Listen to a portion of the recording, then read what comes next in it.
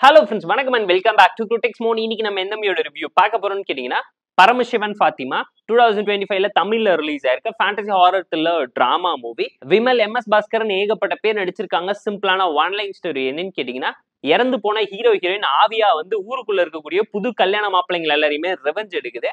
அதுக்கு பின்னாடி இருக்கக்கூடிய காரணம் என்ன? ஒரு கிராமத்துல 3 மதத்தை சேர்ந்த மக்கள் வேற வேற கிராமத்துல இருந்தாலும் மதம் மாற்றத்தினால மத கலவரத்தை வச்சு இவங்க என்ன மெசேஜ் சொல்லியிருக்காங்க. ஹீரோ ஹீரோயின் வேற மதத்துக்காரங்களா இருந்து ஆசைப்பட்டு காதலிச்சு கல்யாணம் பண்ணிக்கலாங்கும் போது இவங்களை யாரு கொலை பண்ணது, இவங்க ஆவியா எதுக்காக ரெவெஞ்ச் எடுத்து என்ன சம்பவம் பண்றாங்கிறத இந்த படம் பார்த்து நீங்க தெரிஞ்சுக்கோங்க.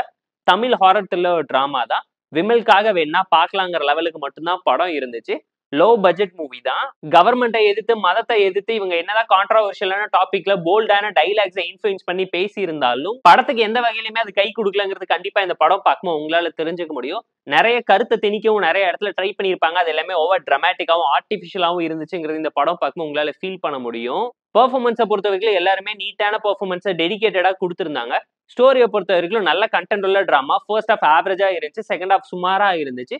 கிளைமேக்ஸ் இன்னும் பெட்டரா இருந்திருக்கலாம்னு கண்டிப்பா நீங்களே ஃபீல் பண்ணுவீங்க. ஓவராலா ஒரு பிலோ ஆவரேஜான மூவி தான் இது. ஸ்கிரீன் பிளே பொறுத்த வரைக்கும் எங்கேயுமே என்கேஜிங்கா இன்ட்ரெஸ்டிங்கான ஃபேக்டர்ஸ், சர்ப்ரைசிங் எலிமெண்ட்ஸ் இவங்க கொண்டாடல. படத்துல இருக்கக்கூடிய இன்டர்வல் ட்விஸ்ட்டுமே பிரெடிக்டபிளா சிம்பிளா தான் இருந்துச்சுங்கிறத நீங்களே ஃபீல் பண்ணுவீங்க.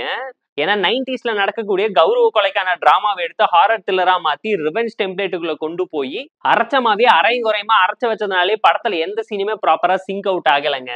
டெக்னிக்கலாவும் படம் பல இடத்துல அடி வாங்கியிருக்கு. எக்ஸ்பெக்டேஷன்ஸ் லெவல எங்கேயுமே பெருசா சாட்டிஸ்ஃபை பண்ணல. ரியலாவும் ராவாவும் எடுக்கிறேன்னு சொல்லி பயங்கர கன்ஸ்ட்ரெயின் பண்ணி தான் படத்தை எடுத்து வச்சிருக்காங்க. லோ பட்ஜெட் மூவிங்கிறது ஃப்ரேமுக்கு ஃப்ரேம் தெரியற அளவுக்கு தான் ஒரு சினிமா அவ்வளவு ஆர்டிபிஷியலா எடுத்து வச்சிருக்காங்கிறது இந்த படம் பார்க்கும்போது உங்களால ஃபீல் பண்ண முடியும். ஏன்னா இன்வெஸ்டிகேஷன் டிராமா, சென்டிமெண்ட், டைலாக்னு சொல்லி எக்ஸிகியூஷன்ல இவங்க பண்ணறதுக்கு நிறைய ஃபேக்டர்ஸ் இருந்தாலும் எதையுமே இவங்க கை கொடுத்து காப்பாத்தாம விட்டுட்டாங்க. போர் அடிச்சா டைம் பாஸ்க்காக பார்த்து என்ஜாய் பண்ற மாதிரியான பிலோ ஆவரேஜான ஒரு ஹாரர் த்ரில்லர் டிராமா தான் இந்த பரமசிவன் ஃபாத்திமா. இந்த மூவிக்கு நம்ம தரக்கூடிய ரேட்டிங் எவ்வளோன்னு கேட்டீங்கன்னா 3.8 அவுட் ஆஃப் 10.